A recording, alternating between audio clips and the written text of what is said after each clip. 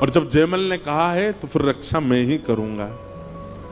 और इतने में ही श्याम वर्ण के प्रभु श्री राम पीली पीतांबरी पहने, गले में सुंदर वैजंती माला पहनी है, सुंदर कुछ आभूषण पहने हैं, सिर पर मुकुट पहना है, एक राज योद्धा की तरह कवच धारण करके, अपने कंधे पर धनुष लेकर के, बाण सजा करके तुरंत गए और जाकर के जयमल के ही अश्व को, जयमल के ही घोड़े को, जिस घोड़े पर बैठ करके जयमल युद्ध करने जाता था, उस घोड़े पर प्रभु श्री राम जाकर के बैठ गए और ना जाने कैसे राजभवन के ऊपर छत पर ले जाकर के उस घोड़े को खड़ा कर दिया।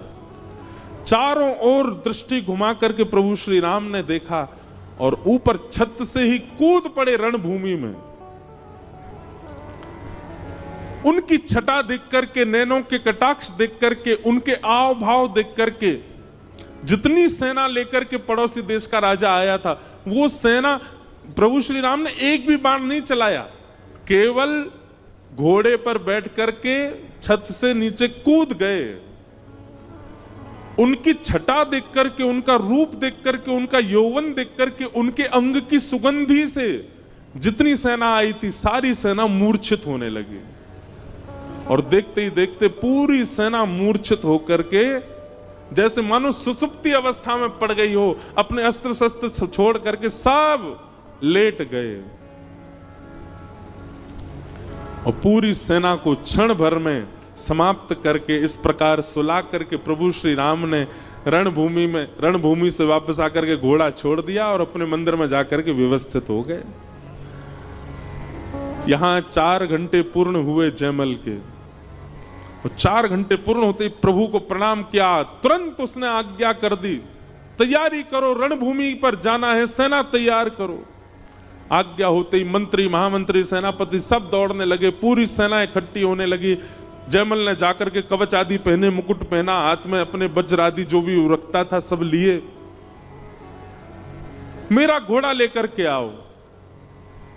जैसे ही घोड़ा लेकर के आए तो घोड़े में से ऐसी अद्भुत सुगंधी आ रही थी जिसको लेकर के एक बार को जयमल के भी नेत्र बंद हो गए।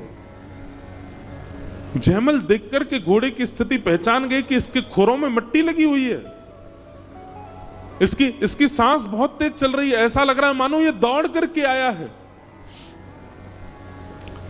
थोड़ी देर तो कुछ अनुभूति सी हुई, उसके बाद जयमल ने कहा विलंब नहीं करना है, चढ़ाई हो जाएगी, दूसरा घोड़ा लेकर के आओ। और जैसे दूसरे घोड़े पर बैठ करके सेना लेकर के राज दरबार का मुख प्रमुख सिंह द्वार जैसे ही खुला, बाहर निकल करके जयमल अपनी सेना के साथ आया तो क्या देखता है, असंख्य सेना है और सारी सेना सोई हुई है, सब पड़े हुए हैं, सबके अस्त्र शस्त्र गिरे हुए।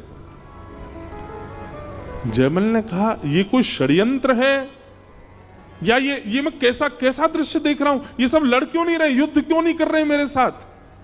अपने सैनिकों को जाके देखो इनको। सैनिकों ने जाके देखा, बोले घायल नहीं है महाराज जी, इनको एक भी बाण नहीं लगा, एक भी तलवार नहीं लगी है, सबकी श्वास चल रही है, जीवित हैं, पर पता नहीं सुसुप्ति अवस्था में है। जयमल ने कहा वो राजा कहां है जो चढ़ाई करने आया था, अपने रथ में वो भी सुसुप्ति अवस्था में पड़ा था। जयमल दौड़ करके उसके पास गए, उसके ऊपर पानी का छिड़काव किया, वो होश में आया।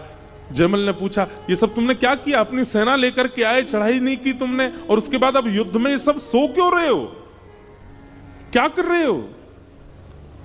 वो राजा जैसे ही होश में आया, होश में आते ही जयमल का हाथ पकड़ लिया, बोले भगवान मैं आपके पांव पड़ता हूं, मैं आपके आगे हाथ जोड़ता हूं, जीवन में कभी आपसे शत्रुता मोल नहीं लूंगा, अपनी सेना लेकर के वापस चला जाऊंगा, अपना मुकुट उतार करके आपके चरणों में रखता हूं, केवल मेरी एक कामना पूरी कर दो। जयमल जी बोले बताओ क्या कामना है। बोले जिस एक सैनिक को तुमने बाहर भेजा था उस सैनिक का दर्शन करा दो। जयमल अपने मंत्री, महामंत्री, सेनापति से किसको भेजा था बाहर। बोले महाराज हम आपकी आज्ञा के बिना एक पत्ता नहीं हिला सकते, हमने किसी को नहीं भेजा। किसको देखा तुमने, कौन था वो। बोले श्वेत अश्व, घनघोर उसका आकर्षण रूपी स्वरूप उस अश्व का, उसके ऊपर नील वर्ण का वो योद्धा कवच पहन करके, हाथ में धनुष बाण लेकर के, तुम्हारी छत से ही अश्व कुदा दिया उसने। हम तो वही देख करके हैरान रह गए, इतनी ऊंचाई से अश्व से कैसे कूद सकता है कोई। उसने किसी को नहीं मारा, वो केवल एक बार हम सबके आगे से घूम के चला गया। उसके तिरछे चितवन, उसके कटाक्ष नयन, उसकी मधुर मुस्कान, उसकी अति सुंदर नासिका, उसके कानों के कुंडल, उसके घुंघराले केश, उसका यौवन ही ऐसा था कि उसको देख करके हम सब अचेत हो गए।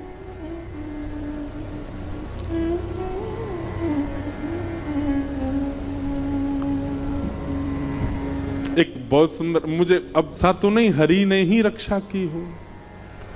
और तभी उसने मन में विचार किया कि मेरे घोड़े में से एक अद्भुत सुगंधी आ रही थी। उस घोड़े के पैरों में मिट्टी लगी थी, वो घोड़ा हाँफ रहा था, शायद ठाकुर जी इस घोड़े पर बैठ करके गए हों।